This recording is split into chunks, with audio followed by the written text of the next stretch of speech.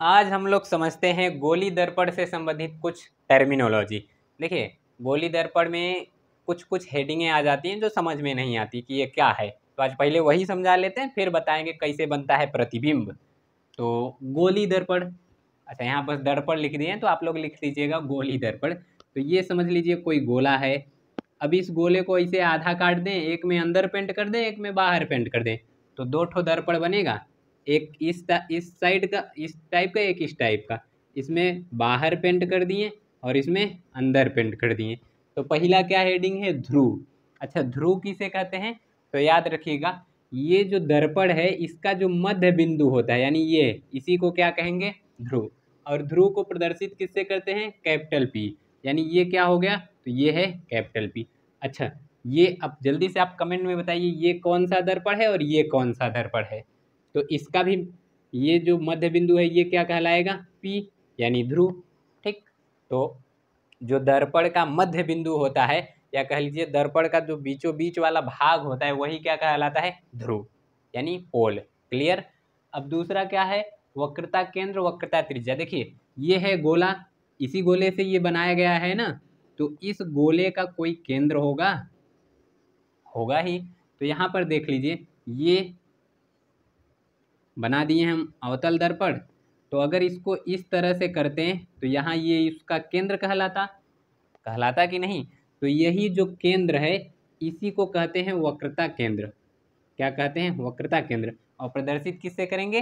तो सी से। किससे?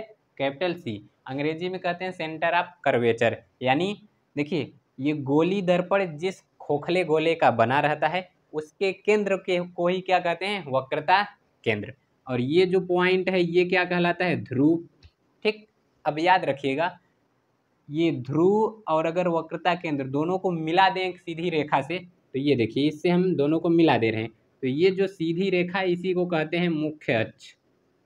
ये क्या है? मुख्य अक्ष, प्रिंसिपल एक्सिस। यानी वक्रता केंद्र और ध्रुव को मिलाने वाली जो सीधी रेखा है उसी को क्या कहते हैं? मुख्य अक्ष। ठीक है। अब यहीं से ध्यान दीजिएगा, ये जो ध्रुव है यहाँ से वक्रता केंद्र के बीच की जो दूरी है, इसी को, यहाँ से यहाँ के बीच की जो दूरी है इसी को कहते हैं वक्रता त्रिज्या। क्या कहेंगे? वक्रता त्रिज्या। और उसको किससे प्रदर्शित करते हैं? कैपिटल आर से। ये देखिए, रेडियस ऑफ कर्वेचर, इसको सी से डिनोट करेंगे, इसको कैपिटल आर से। ठीक। अच्छा, यही, ये तो बना दिए थे हम अवतल दर्पण। यही अगर यहाँ उत्तल दर्पण बनाते हैं तो ये है उत्तल दर्पण और ये इसका पॉइंट हो गया पी। तो इसका जो ध्रुव है ऐसे करेंगे तो इसका गोला इधर आएगा, तो ये क्या है? सी, यानी वक्रता केंद्र। और यहाँ से यहाँ ध्रुव और वक्रता केंद्र के बीच की जो दूरी है ये आर है, यानी वक्रता त्रिज्या। तो ये क्लियर है। अब ध्यान दीजिएगा, ये तो है दर्पण। दर्पण का जहाँ मैक्सिमम दूरी होता है, क्या होता है? दर्पण के बीच की जो, जहाँ उसका मैक्सिमम, अधिकतम जहाँ से जहाँ दूरी है, जैसे यहाँ से यहाँ आए तो ये भी एक दूरी है और यहाँ से यहाँ आए तो ये भी एक दूरी है। यानी कह सकते हैं कि दर्पण के दोनों किनारे के बीच की जो दूरी है उसी को कहते हैं द्वारक। क्या कहेंगे? द्वारक, यानी दर्पण का द्वारक, अपर्चर ऑफ मिरर।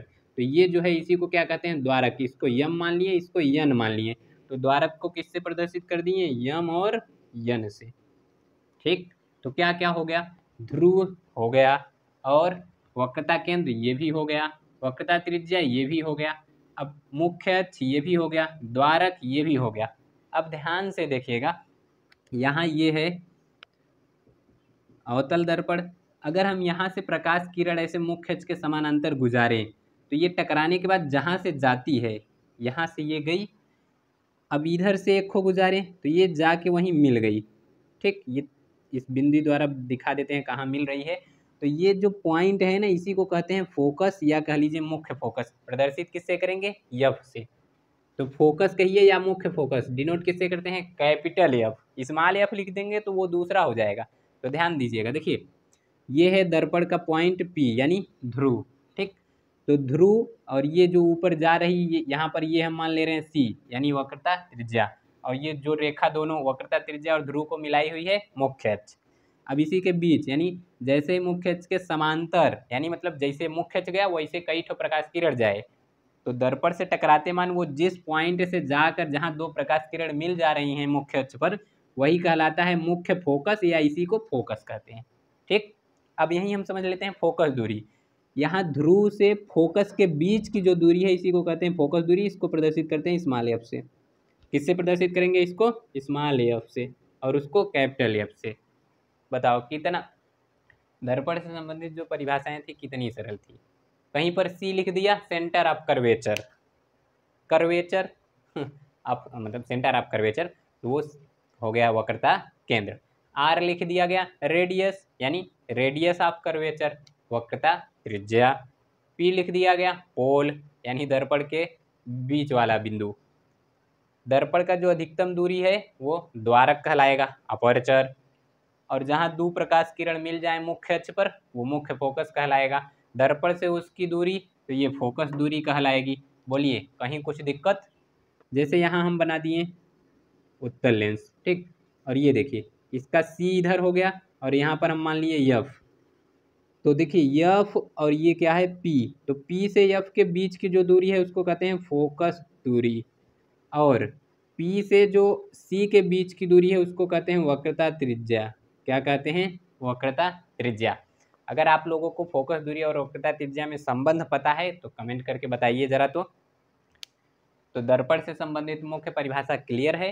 क्या क्या है? ध्रुव यानी दर्पण का बीच वाला बिंदु, वक्रता केंद्र यानी दर्पण जिस खोखले गोले का बना है उसका केंद्र दर्पण का वक्रता केंद्र कहलाता है। वक्रता त्रिज्या यानी खोखले गोले की त्रिज्या दर्पण की वक्रता त्रिज्या कहलाएगी। फोकस यानी जैसे ही मुख्य अक्ष के समांतर प्रकाश किरण गुजारेंगे तो जिस मुख्य अक्ष के जिस बिंदु पर दो प्रकाश किरण मिल जाएंगे उसी को कहेंगे फोकस, या कह लो मुख्य फोकस। मुख्य अक्ष यानी ध्रुव और वक्रता केंद्र को मिलाने वाली सीधी रेखा क्या कहलाएगी? मुख्य अक्ष। द्वारक दर्पण के बीच की अधिकतम दूरी, या कह लो दर्पण के दोनों ध्रुवों की दूरी, या कह लो दोनों कोनों के बीच की दूरी द्वारक कहलाएगी। फोकस दूरी यानी फोकस से लेकर दर्पण के ध्रुव के बीच की दूरी। अब यहीं एक आता है अनंत। एक और परिभाषा जान लीजिए, क्या? 8वां, अनंत यानी इनफाइनाइट। तो देखिए हमेशा याद रखिएगा ये जो सी है, सी के उधर का जो ये स्थान रहता है पीछे का, वही क्या कहलाता है? अनंत। ठीक, तो ये तो अवतल दर्पण के लिए हो गया अनंत। ये क्या है? उत्तल दर्पण। ये है वक्रता केंद्र। तो ये मान लीजिए ऐसे यहाँ तक आएगा, तो यहाँ के बीच का जो इधनिया जितना खोखला गोला होगा उसके बाहर का जो स्थान होगा वही क्या कहलाएगा? अनंत, इनफाइनाइट। इसका ये हो गया इनफाइनाइट, इस साइड भी इनफाइनाइट, इसका भी इस साइड इनफाइनाइट। ठीक, तो ये पोजीशन आप याद रखिएगा। आगे आपको बताएंगे प्रतिबिंब निर्माण, तो वहाँ ये बहुत अच्छे से आपको मदद करेगा। ठीक, तो आई होप ये सब आपको अच्छे से समझ में आया होगा। मिलते हैं अगले वीडियो में, तब तक के लिए जय हिंद।